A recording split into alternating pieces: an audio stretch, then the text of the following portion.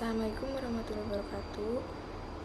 Perkenalkan, saya Siska Notavianti dari Fakultas Hukum semester 3 Hukum Internasional. Terima kasih kepada Bapak dosen Pak Hendi Sumadi yang telah memberi waktunya untuk saya mempresentasikan hasil kerja saya. Di sini saya akan menjelaskan tentang Organisasi Internasional Asian Development Bank atau ADB. Sejarah Asian Development Bank yang didirikan pada tahun 1966 berdiri atas dasar sebuah resolusi yang disahkan pada konferensi tingkat menteri pertama yang membahas mengenai kerjasama ekonomi Asia pada tahun 1963. Konferensi ini diadakan oleh Komisi Ekonomi PBB untuk Asia Timur Jauh, Manila sebagai ibu rumah lembaga baru yang resmi dibuka pada tanggal 19 Desember 1966 itu. Negara anggota pertama ADB sebanyak 31 negara dengan Takeshi Watanabe yang diangkat sebagai presiden pertamanya pada dekade 1960-an. ADB memfokuskan sebagian besar bantuannya untuk memproduksikan pangan serta pembangunan desa. Latar belakang Asian Development Bank atau Bank Pembangunan Asia didirikan pada tahun 1966, di mana pada saat itu negara-negara Asia sangat membutuhkan bantuan ekonomi untuk membiayai pertumbuhan dan pembangunannya. ADB memiliki tugas yaitu untuk meningkatkan pertumbuhan ekonomi serta bekerja sama dengan semua pihak yang berkepentingan di Asia. ADB merupakan lembaga pengembangan keuangan internasional yang menyokong investasi dan memberikan kerjasama teknis, teknikal, asistensi kepada negara-negara berkembang yang menjadi anggotanya. ADB merupakan lembaga negara yang memiliki jumlah anggota hingga saat ini sebanyak 67 negara yang anggotanya merupakan pemerintah-pemerintah dari berbagai negara. ADB juga merupakan organisasi internasional khususnya di wilayah Asia. Selain itu, ADB juga beranggotakan negara-negara non-Asia yang sangat banyak membantu permodalan ADB. Fungsi dan tujuan ADB The ASEAN Development Bank. Atas dasar cita-cita, tujuan, dan misi dari didirikannya Bank Pembangunan Asia, maka fungsi utama dari ADB adalah 1. Menyediakan pinjaman dan investasi ekuitas bagi pengembangan ekonomi dan sosial di negara-negara anggota yang sedang berkembang. Menyediakan bantuan teknis bagi persiapan dan eksekusi proyek-proyek dan program-program pembangunan serta jasa nasihat. 3. Menyediakan dan mendorong investasi modal publik maupun swasta untuk kepentingan pembangunan. 4. Memenuhi permintaan negara-negara anggota yang sedang berkembang untuk membantu mereka dan mengkoordinasikan kebijakan-kebijakan dan rencana pembangunan mereka dengan tujuan untuk lebih memanfaatkan sumber-sumber daya yang dimiliki, menyehatkan perekonomian, dan meningkatkan ekspansi perdagangan luar negeri terutama di antara negara-negara Asia sendiri. Struktur organisasi ADB ASEAN Development Bank atau karakteristiknya. 1. Badan pengambil keputusan tertinggi di ADB adalah Dewan Gubernur yang mengadakan pertemuan setahun sekali. Seluruh wewenang ADB berada pada Dewan Gubernur yang dapat mendelegasikan kekuasaannya kepada Dewan Direksi,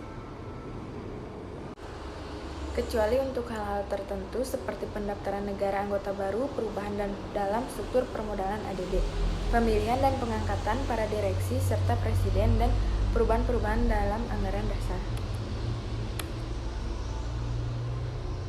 Pimpinan operasional umum ADB adalah Dewan Direksi yang terdiri atas 12 direktur yang masing-masing memiliki wakil. Negara-negara anggota regional diwakili oleh 8 direktur dan negara-negara anggota non-regional diwakili oleh 4 direktur. Dewan Gubernur melakukan pemilihan Dewan Direksi setiap 2 tahun. Dewan Direksi melakukan seluruh wewenang yang didelegasikan oleh Dewan Gubernur sebagaimana yang telah ditentukan dalam anggaran dasar, juga pengambil keputusan mengenai hal-hal yang berkaitan dengan pemberian pinjaman, jaminan, dan investasi-investasi lain yang dilaksanakan oleh ADB.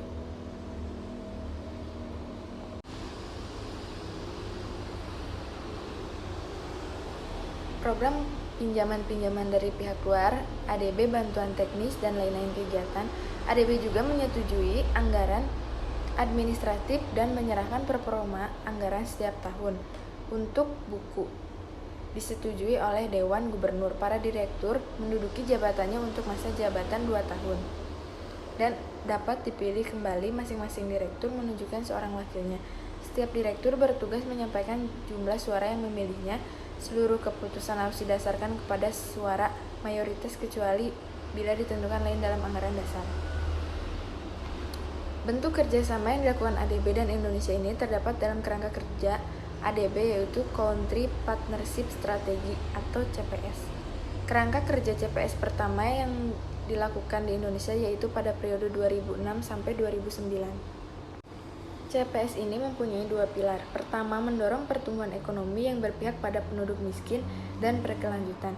Dan yang kedua, pembangunan nasional, tata pemerintahan yang baik, dan anti korupsi ditetapkan sebagai tema-tema lintas sektor. 5 bidang keterlibatan dalam strategi tersebut adalah 1. Infrastruktur dengan layanan-layanan infrastruktur yang lebih baik, termasuk infrastruktur pedesaan dan regulasi sektor yang lebih baik. 2. Sektor keuangan yang lebih baik, sektor keuangan yang lebih dalam untuk meningkatkan mobilisasi sumber daya dalam negeri. 3. Desentralisasi yang lebih baik. 4. Percepatan pencapaian MDGs dengan fokus pada indikator-indikator pasokan air dan sanitasi, kesehatan, dan pendidikan yang lebih baik. 5. Pengelolaan lingkungan dan sumber daya alam yang lebih kuat. Kerangka kerja tersebut sangat relevan bagi kebutuhan pembangunan Indonesia. Pelaksanaannya sejalan dengan RPJMN tahun 2004 sampai 2009 dengan fokus pada pembangunan kapasitas dengan investasi, memperkuat inklusivitas keuangan, pengelolaan lingkungan, serta meningkatkan tata kelola dan mencegah korupsi. Dukungan ADB dalam memperbaiki lingkungan dukungan dan kapasitas kelembagaan untuk mencapai pertumbuhan yang digerakkan oleh sektor swasta dan penyediaan layanan yang lebih baik. Seperti pada sektor pendidikan, berhasil menjalankan proyek berupa bantuan teknis Madrasah Education Development. Proyek ini menargetkan pada pelatihan klasifikasi bagi guru, pembaharuan kelas, perpustakaan, dan laboratorium ilmu pengetahuan, dan menyediakan fasilitas sumber pengajaran untuk murid dan guru. Di dalam sektor keuangan, ADB telah memberikan pinjaman modal untuk BUMN, lembaga keuangan, reformasi sektor keuangan, dan memberikan pinjaman tanpa jaminan pemerintah dan individual untuk proyek-proyek.